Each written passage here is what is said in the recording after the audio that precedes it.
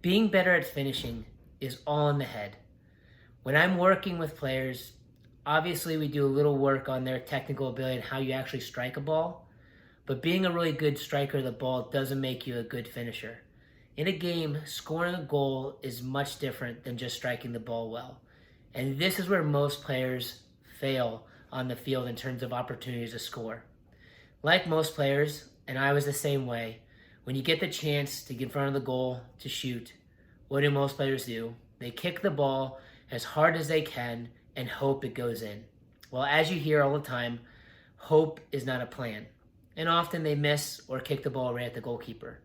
And sometimes as coaches, it can be puzzling because the same player who can drive a ball 30 or 40 yards across the field on a rope to a player without them moving has a hard time hitting the target, which is the goal, from about 10 yards away. And the big difference is what they're doing in their mind.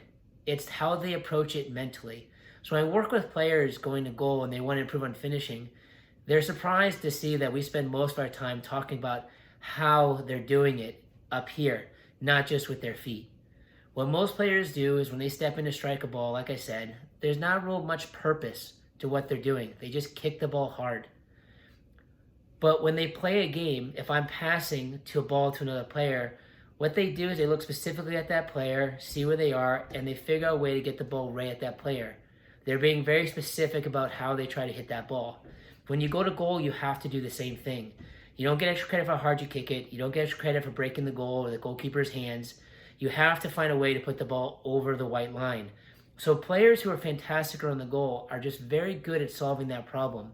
They look up, they figure out how and why they want to strike the ball a certain way, which gives them the best opportunity to beat the keeper. And they're being very specific about where they're striking the ball. They pick a very small part of the goal and they try to get the ball there. That is how great players score goals. Again, you can be a fantastic striker of the ball and not very good at putting the ball in the back of the net. And that's the key thing here. Is a lot of times you work on good finishing, everyone wants to work on how you hit a ball with the laces or the inside of the foot or bending the ball, which is fine, and you need those tools. But to be good at finishing in the middle of a game, you have to really focus on the mental side of it and how you approach it. And that's it. That's what you want to see players do in front of the goal. So when you're working on going to goal, make sure you're focusing on that as much as anything else. What is the player trying to do with the ball? Are you trying to play the ball away from the goalie, picking the right surface, picking the right part of the goal to go to, and hitting it there, or are you just striking hard? And here's the last thing. If you're going to be great at scoring goals, you can't be afraid to miss. You have to have the courage to miss. Because if you're trying to hit that ball away from the keeper, there's a good chance you're going to miss the target from time to time. Scoring has such a fine, small room for error.